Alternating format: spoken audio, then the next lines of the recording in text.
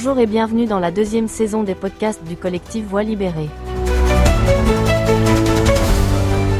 Aujourd'hui, pour notre plongée, on va analyser un document qui présente un paradoxe assez fascinant, en fait. Ouais, c'est clair. C'est le bilan d'un an du projet audio mené par le collectif Voix libérée. Et Et ça va totalement à contre-courant de notre culture numérique moderne. Enfin, je suis vraiment bluffé par leur approche. absolument, je suis tout à fait d'accord. C'est une démarche très singulière. En gros, le document détaille leur volonté vraiment tenace de recueillir et de conserver des témoignages extrêmement difficiles sur les abus sexuels dans les glyphes. C'est un sujet tellement lourd. Très lourd, oui. Et il décortique les mécanismes complexes d'emprise, les silences complices du système et les chemins de reconstruction. L'analogie qui me vient tout de suite en lisant ça, c'est un peu comme s'il plantait une forêt à croissance lente, tu vois, par opposition à l'allumage d'un feu d'artifice éphémère qui fait le buzz pendant 5 minutes. C'est une super image. Et cette idée de croissance lente, elle se reflète directement dans leurs statistiques. Ouais, mais carrément, parlons-en de ces chiffres. Quand on regarde les données du rapport, c'est presque modeste, mais c'est totalement assumé. On parle de 126 vidéos publiées pour seulement 39 abonnés. Ouais, et une moyenne de 50 à 60 vues par vidéo. Voilà. Le texte donne des exemples super précis en plus. Il y a la vidéo intitulée « Garçon victime et injonction à la virilité » qui culmine à 63 vues.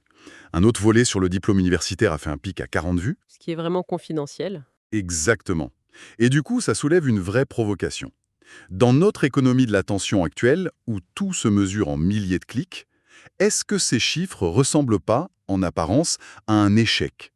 Pourquoi s'acharner à produire autant de contenu pour une audience aussi restreinte? C'est là que le document apporte une analyse passionnante. En fait, le collectif refuse catégoriquement l'immédiateté. Ils jouent pas le jeu des algorithmes, quoi. C'est ça, ils s'en détachent complètement parce que les sujets traités, donc les traumatismes profonds, les responsabilités collectives, ce sont des sujets beaucoup trop denses pour une consommation rapide. L'esprit humain ne peut pas assimiler ce genre de choses au rythme d'un scroll sur les réseaux sociaux. Ouais, c'est logique. Et précisément parce que le sujet résiste à cette consommation rapide et un peu virale, on voit que la valeur de leur travail se déplace du présent vers l'avenir. Exactement. Il s'agit avant tout de bâtir une mémoire. Et c'est ça le vrai pari du temps long. Tout à fait. Le cœur de leur mission, comme l'explique le texte, c'est de créer des traces permanentes. En fait, le succès pour eux ne se mesure pas du tout au nombre d'auditeurs d'aujourd'hui. Ah ouais, c'est la qualité de l'écoute plutôt que la quantité. Oui, et surtout l'impact futur. Leur réussite, c'est l'espoir que dans un an, ou même dans 10 ans, une seule personne tombe sur ces récits par hasard, s'y reconnaisse et trouve enfin la force de parler. C'est le principe de la bouteille à la mer, en fait. Une bouteille conçue pour résister au temps, jetée avec la conviction absolue qu'elle atteindra la bonne personne au moment critique. C'est exactement ça. Mais du coup, comment ils envisagent l'avenir s'ils refusent les règles de l'audience? Je veux dire, on n'archive pas juste pour que ça prenne la poussière. Et faire une diffusion lente et restreinte plutôt que de dénaturer la complexité de ces parcours pour faire des vues. C'est une intégrité incroyable. Pour résumer l'idée maîtresse, l'expérience de Voix libérée démontre que recueillir, accompagner et conserver la parole, c'est vraiment une œuvre de patience. Une œuvre de patience qui est bien plus précieuse qu'un succès d'audience éphémère. En tant que chercheuse sur ces questions, je suis convaincue de l'importance de ces archives. C'est clair.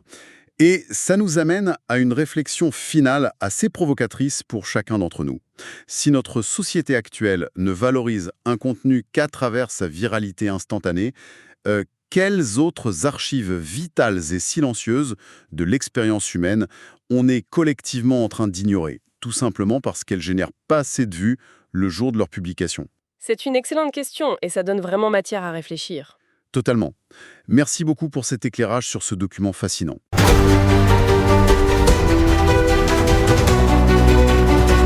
Merci d'avoir écouté cet épisode. Ce podcast est produit et réalisé par le collectif Voix libérée. Pour nous écrire, témoigner ou partager, envoyez un mail à pecantores37@gmail.com. Parce que nos voix comptent, parce que le silence n'est plus une option, parce que la mémoire exige justice et vérité. À la semaine prochaine.